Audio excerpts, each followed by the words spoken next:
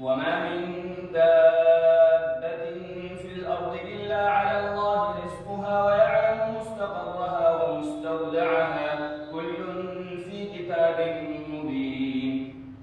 وهو الذي خلق السماوات والأرض في 6 أيام وكان عرشه على الماء ليبلوكم أيكم أحسن عملا. ولئن قلت إنكم مبعوثون من بعد الموت ليقولن الذين كفروا إن هذا إلا سحر مبين. ولئن أخرنا عنهم العذاب إلى أمة معدودة ليقولن ما يحبسه ألا يوم يأتيهم ليس مصروفا عنهم وحاق بهم ما كانوا به يستهزئون. ولئن أذقنا الإنسان منا رحمة ثم نزعناها منه إنه ليئوس كفور. ولئن أذقناه نعماء بعد ضراء مسته ليقولن ذهب السيئات عني إنه لفرح فخور. إلا الذين صبروا وعملوا الصالحات أولئك لهم مغفرة وأجر كبير. فلعلك تارك بعض ما يوحى إليك وضائق به صدرك أن يقولوا لولا أنزل عليه كنز أو جاء معه ملك إنما أنت نذير والله على كل شيء وكيل. أم يقولون افتراه قل فأتوا بعشر سور مثله مفتريات وادعوا من استطعتم من دون الله إن كنتم صادقين. فإن لم يستجيبوا لكم فاعلموا أنما أنزل بعلم الله وأن لا إله إلا هو فهل أنتم مسلمون. من كان يريد الحياة الدنيا وزينتها نوفي إليهم أعمالهم فيها وهم فيها لا يبخسون. أولئك الذين ليس لهم في الآخرة إلا النار وحبط ما صنعوا فيها وباطل ما كانوا يعملون. أفمن كان على بينة من ربه ويتلوه شاهد منه ومن قبله كتاب موسى إماما ورحمة أولئك يؤمنون به ومن يكفر به من الأحزاب فالنار موعده فلا تك في مرية منه إنه الحق من ربك ولكن أكثر الناس لا يؤمنون. ومن أظلم ممن افترى على الله كذبا أولئك يعرضون على ربهم ويقول الأشهاد هؤلاء الذين كذبوا على ربهم ألا لعنة الله على الظالمين الذين يصدون عن سبيل الله ويبغونها عوجا وهم بالآخرة هم كافرون. أولئك لم يكونوا معجزين في الأرض وما كان لهم من دون الله من أولياء يضاعف لهم العذاب ما كانوا يستطيعون السمع وما كانوا يبصرون. أولئك الذين خسروا أنفسهم وضل عنهم ما كانوا يفترون. لا جرم أنهم في الآخرة هم الأخسرون. إن الذين آمنوا وعملوا الصالحات وأخبتوا إلى ربهم أولئك أصحاب الجنة هم فيها خالدون. مثل الفريقين كالأعمى والأصم والبصير والسميع هل يستويان مثلا أفلا تذكرون. ولقد أرسلنا نوحا إلى قومه إني لكم نذير مبين ألا تعبدوا إلا الله إني أخاف عليكم عذاب يوم أليم. فقال الملأ الذين كفروا من قومه ما نراك إلا بشرا مثلنا وما نراك اتبعك إلا الذين هم أراذلنا بادي الرأي وما نرى لكم علينا من فضل بل نظنكم كاذبين. قال يا قوم أرأيتم إن كنت على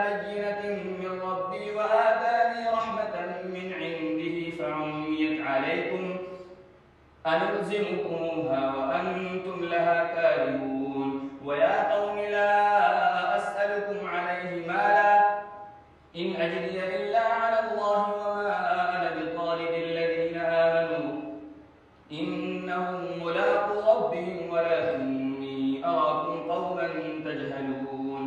ويا قوم من ينصرني من الله إن طردتهم أفلا تذكرون.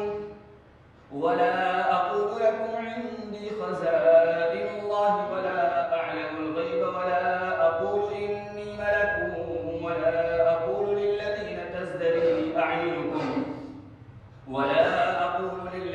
تزدري أعينكم لن يؤتيهم الله خيرا الله أعلم بما في أنفسهم إني إذا لمن الظالمين.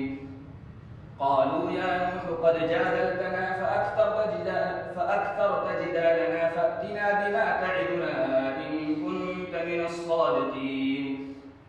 قال إنما يأتيكم به الله إن شاء وما أنتم بمعجزين. ولا ينفعكم نصحي إن أردت أن أنصح لكم إن كان الله يريد أن يغويكم هو ربكم وإليه ترجعون. أم يقولون افتراه قل إن افتريته فعلي إجرامي وأنا بريء مما تجرمون. وأوحي إلى نوح أنه لن يؤمن من قومك إلا من قد آمن فلا تبتئس بما كانوا يفعلون. واصنع الفلك بأعيننا ووحينا ولا تخاطبني في الذين ظلموا إنهم مغرقون. ويصنع الفلك وكلما مر عليه ملأ من قومه سخروا منه قال إن تسخروا منا فإنا نسخر منكم كما تسخرون. فسوف تعلمون من يأتيه عذاب يخزيه ويحل عليه عذاب مقيم. حتى إذا جاء أمرنا وفارت النور قل نحمل فيها من كل زوجين اثنين وأهلك إلا من سبق عليه القول ومن آمن وما آمن معه إلا قليل. وقال اركبوا فيها بسم الله مجريها ومرساها إن ربي لغفور رحيم. وهي تجري بهم في موج كالجبال ونادى نوح ابنه وكان في معزل يا بني اركب معنا ولا تكن مع الكافرين. قال سآوي إلى جبل يعصمني من الماء قال لا عاصم اليوم من أمر الله إلا من رحم وحال بينهما الموج فكان من المغرقين.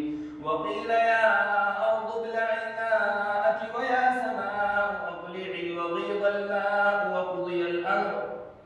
وقضي الأمر واستوت على الجود وقيل بعدا للقوم الظالمين.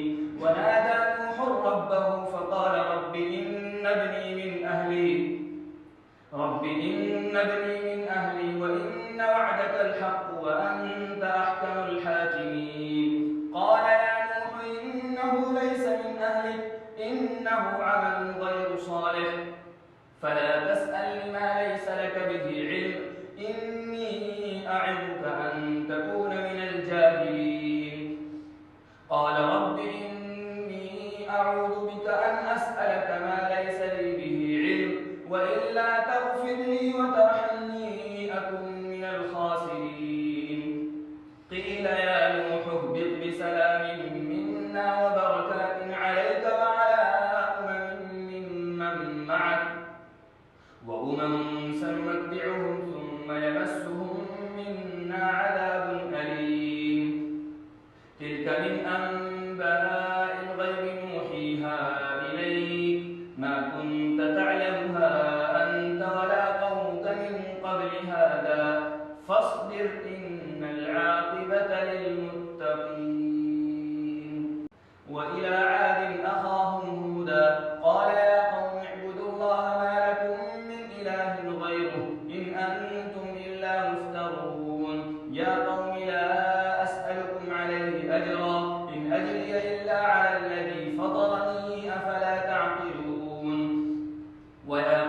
استغفروا ربكم ثم توبوا إليه يرسل السماء عليكم مدرارا ويزدكم قوة إلى قوتكم ولا تتولوا مجرمين. قالوا يا هود ما جئتنا ببينة وما نحن بتاركي آلهتنا عن قولك وما نحن لك بمؤمنين إن نقول إلا اعتراك بعض آلهتنا بسوء. قال إني أشهد الله واشهدوا أني بريء مما تشركون من دونه فكيدوني جميعا ثم لا تنظرون.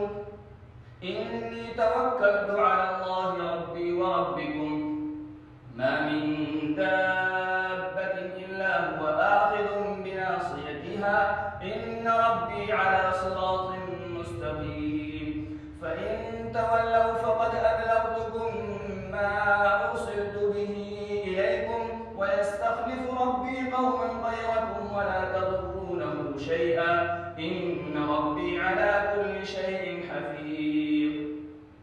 ولما جاء أمرنا نجينا هودا والذين آمنوا معه برحمة منا ونجيناهم من عذاب غليظ. وتلك عاد جحدوا بآيات ربهم وعصوا رسله واتبعوا أمر كل جبار عنيد وأتبعوا في هذه الدنيا لعنة ويوم القيامة ألا إن عادا كفروا ربهم ألا بعدا لعاد قوم هود. وإلى ثمود أخاهم صالحا قال يا قوم اعبدوا الله ما لكم من إله غيره هو أنشأكم من الأرض واستعمركم فيها فاستغفروه ثم توبوا إليه إن ربي قريب مجيب. قالوا يا صالح قد كنت فينا مرجوا قبل هذا أتنهانا أن نعبد ما يعبد آباؤنا وإننا لفي شك مما تدعونا إليه مريب. قال يا قوم أرأيتم إن كنت على بينة من ربي وآتاني منه رحمة فمن ينصرني من الله إن عصيته فما تزيدونني غير تقصير. ويا قوم هذه ناقة الله لكم آية فذروها تأكل في أرض الله ولا تمسوها بسوء فيأخذكم عذاب قريب. فعقروها فقال تمتعوا في داركم 3 أيام ذلك وعد غير مكذوب. فلما جاء أمرنا نجينا صالحا والذين آمنوا معه برحمة منا ومن خزي يومئذ إن ربك هو القوي العزيز. وأخذ الذين ظلموا الصيحة فأصبحوا في ديارهم جاثمين كأن لم يغنوا فيها ألا إن ثمود كفروا ربهم ألا بعدا لثمود. ولقد جاءت رسلنا إبراهيم بالبشرى قالوا سلاما قال سلام فما لبث أن جاء بعجل حنيذ. فلما رأى أيديهم لا تصل إليه نكرهم وأوجس منهم خيفة قالوا لا تخف إنا أرسلنا إلى قوم لوط. وامرأته قائمة فضحكت فبشرناها بإسحاق ومن وراء إسحاق يعقوب قالت يا ويلتى أألد وأنا عجوز وهذا بعلي شيخا إن هذا لشيء عجيب. قالوا أتعجبين من أمر الله رحمة الله وبركاته عليكم أهل البيت إنه حميد مجيد. فلما ذهب عن إبراهيم الروع وجاءته البشرى يجادلنا في قوم لوط إن إبراهيم لحليم أواه منيب. يا إبراهيم أعرض عن هذا إنه قد جاء أمر ربك وإنهم آتيهم عذاب غير مردود. ولما جاءت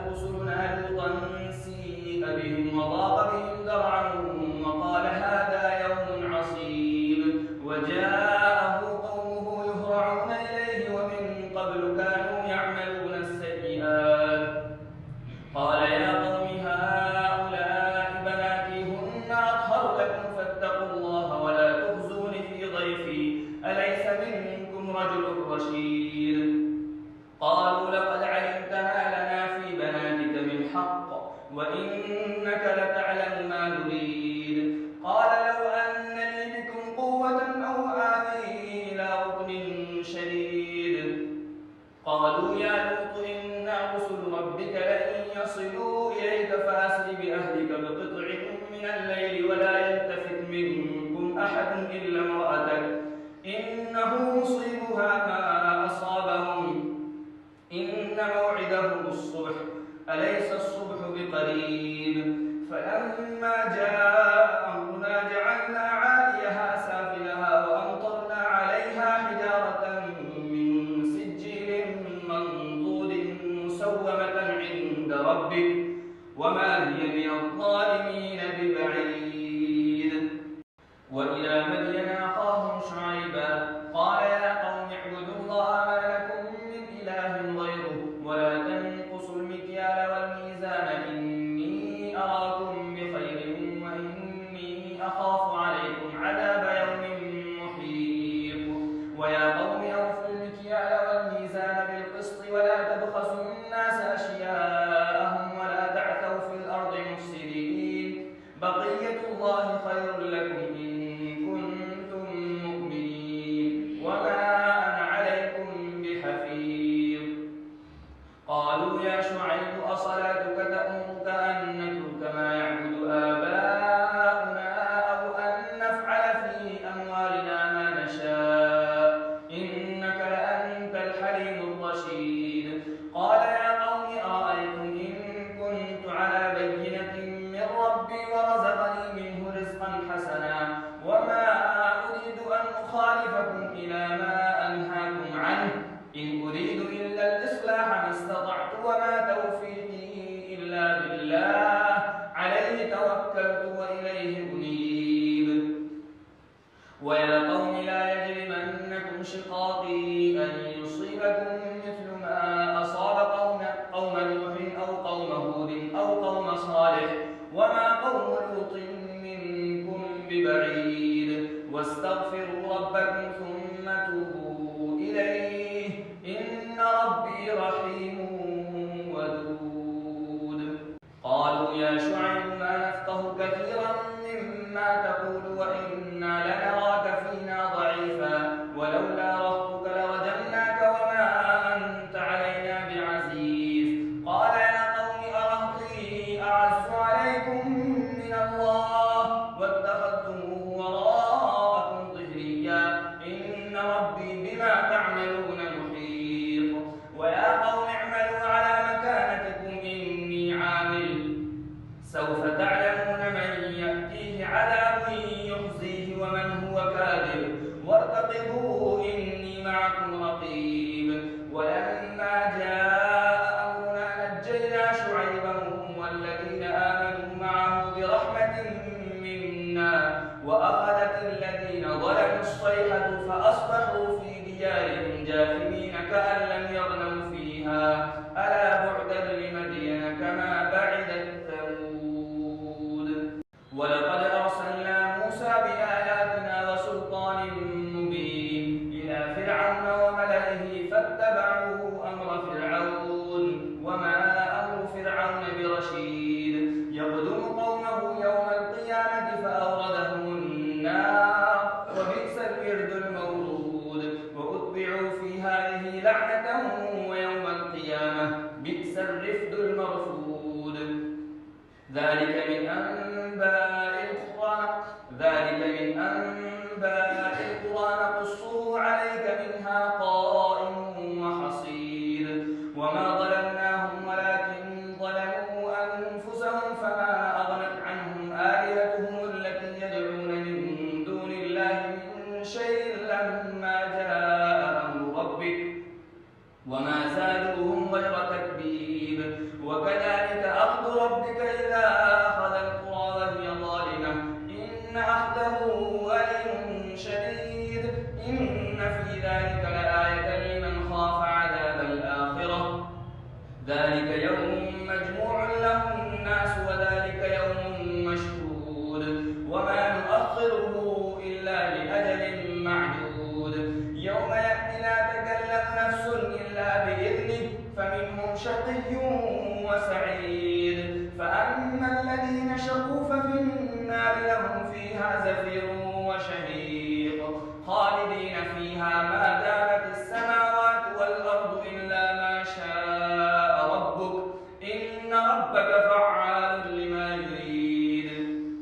وأما الذين سعدوا ففي الجنة خالدين فيها ما دامت السماوات والأرض إلا ما شاء ربك عطاء غير مجدود فلا تك في مرية مما يعبد هؤلاء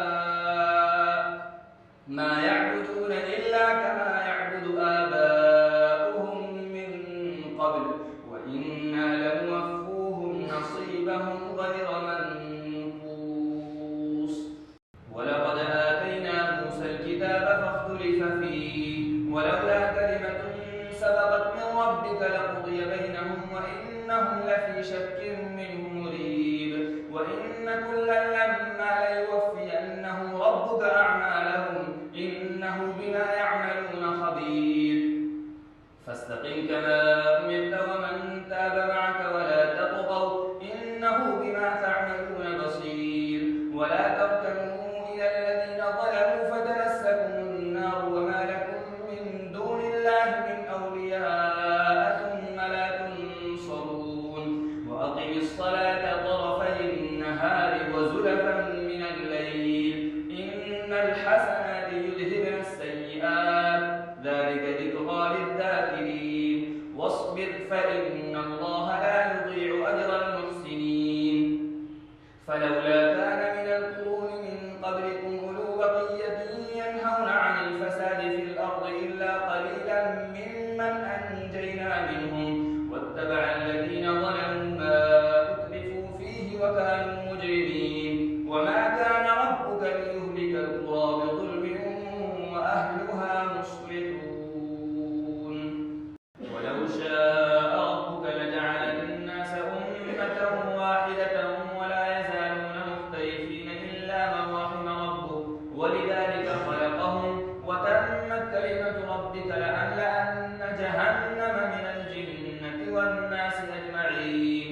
وكلا نقص عليك من أنباء الرسل ما نثبت به فؤادك وجاءك في هذه الحق وموعظة وذكرى للمؤمنين. وقل للذين لا يؤمنون اعملوا على مكانتكم إنا عاملون وانتظروا إنا منتظرون. ولله غيب السماوات والأرض وإليه يرجع الأمر كله فاعبده وتوكل عليه وما ربك بغافل عما تعملون. ألف لام را تلك آيات الكتاب المبين إنا أنزلناه قرآنا عربيا لعلكم تعقلون. نحن نقص عليك أحسن القصص بما أوحينا إليك هذا القرآن وإن كنت من قبله لمن الغافلين. إذ قال يوسف لأبيه يا أبت إني رأيت 11 كوكبا والشمس والقمر رأيتهم لي ساجدين. قال يا بني لا تقصص رؤياك على إخوتك فيكيدوا لك كيدا إن الشيطان للإنسان عدو مبين. وكذلك يجتبيك ربك ويعلمك من تأويل الأحاديث ويتم نعمته عليك وعلى آل يعقوب كما أتمها على أبويك من قبل إبراهيم وإسحاق إن ربك عليم حكيم. قد كان في يوسف وإخوته آيات للسائلين إذ قالوا ليوسف وأخوه أحب إلى أبينا منا ونحن عصبة إن أبانا لفي ضلال مبين. اقتلوا يوسف أو اطرحوه أرضا يخل لكم وجه أبيكم وتكونوا من بعده قوما صالحين. قال قائل منهم لا تقتلوا يوسف وألقوه في غيابة الجب يلتقطه بعض السيارة إن كنتم فاعلين. قالوا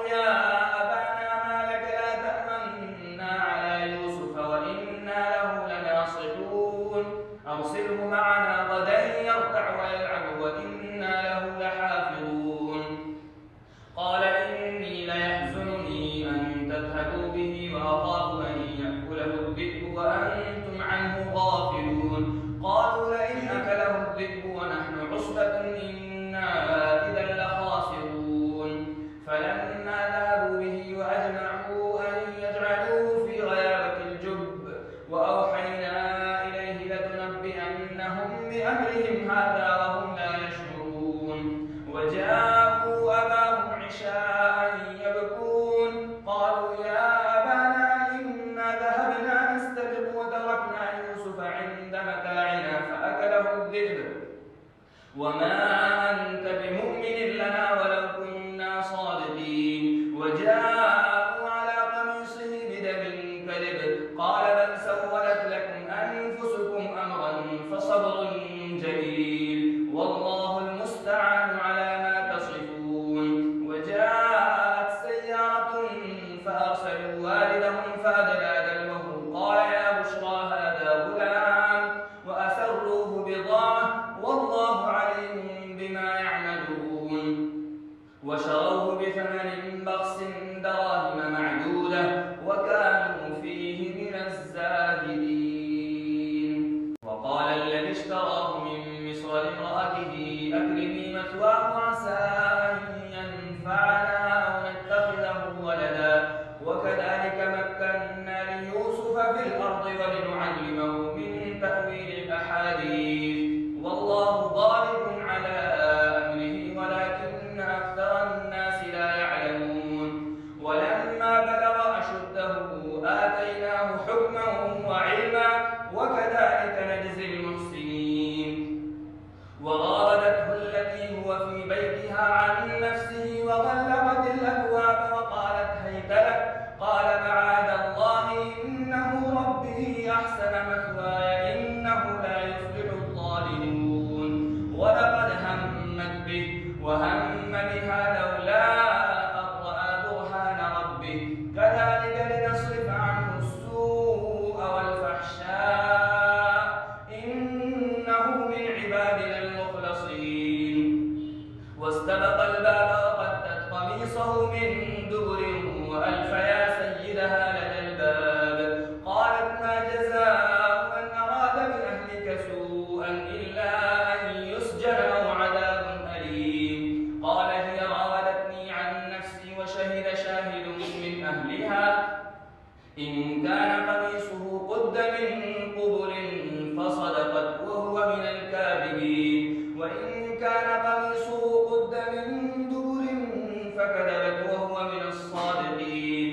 فلما رأى قميصه قد من دبر قال إنه من كيدكن إن كيدكن عظيم. يوسف أعرض عن هذا واستغفري لذنبك إنك كنت من الخاطئين.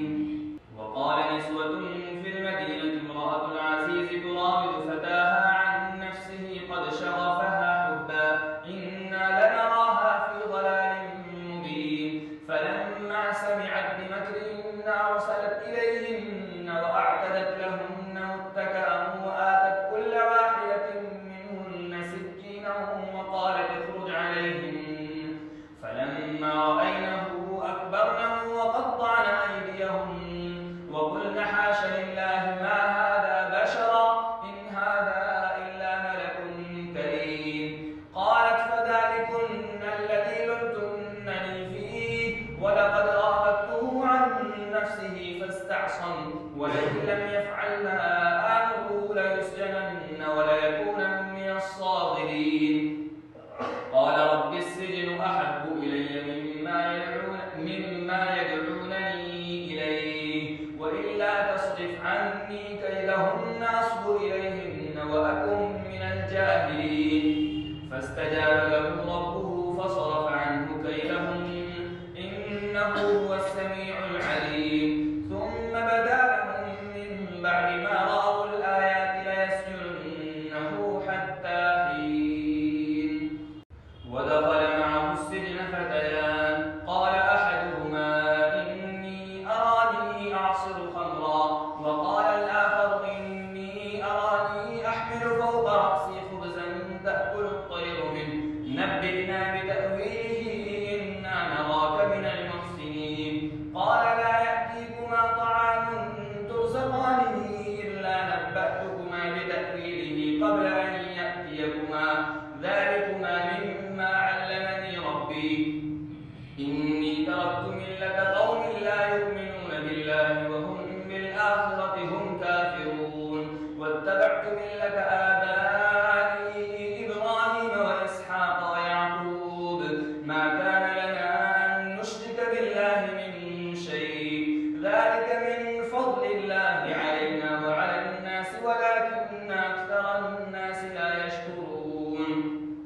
يا صاحبي السجن أأرباب متفرقون خير أم الله الواحد القهار ما تعبدون من دونه إلا أسماء سميتموها أنتم وآباؤكم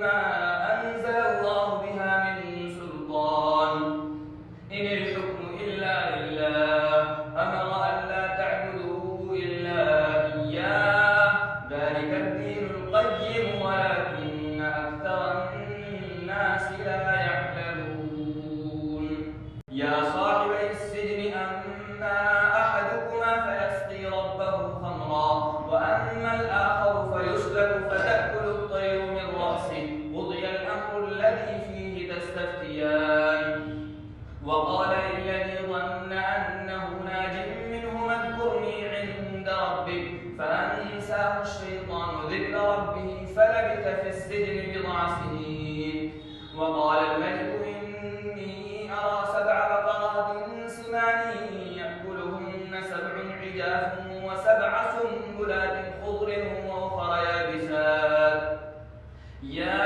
أيها الملأ أفتوني في رؤياي إن كنتم للرؤيا تعبرون قالوا أضغاث أحلام وما نحن بتأويل الأحلام بعالمين وقال الذي نجا منهما وادكر بعد أمة أنا أنبئكم بتأويله فأرسلون يوسف أيها الصديق وافتنا في 7 بقرات سمان يأكلهن 7 عجاف و7 سنبلات خضر وأخر يابسات لعلي أرجع إلى الناس لعلهم يعلمون قال تزرعون 7 سنين دأبا فما حصدتم فذروه في سنبله إلا قليلا مما تأكلون ثم يأتي من بعد ذلك 7 شداد يأكلن ما قدمتم لهن إلا قليلا مما تحصنون ثم يأتي من بعد ذلك عام فيه يغاث الناس وفيه يعصرون وقال الملك ائتوني به فلما جاءه الرسول قال ارجع إلى ربك فاسأله ما بال النسوة اللاتي قطعن أيديهن إن ربي بكيدهن عليم قال ما خطبكن إذ راوتن يوسف عن نفسه قلن حاش لله ما علمنا عليه من سوء قالت امرأة العزيز الآن حصحص الحق أنا راودته عن نفسه وإنه لمن الصادقين ذلك ليعلم أني لم أخنه بالغيب وأن الله لا يهدي كيد الخائنين. Thanks for watching. Don't forget to like, comment, share and subscribe to Al Wahid channel.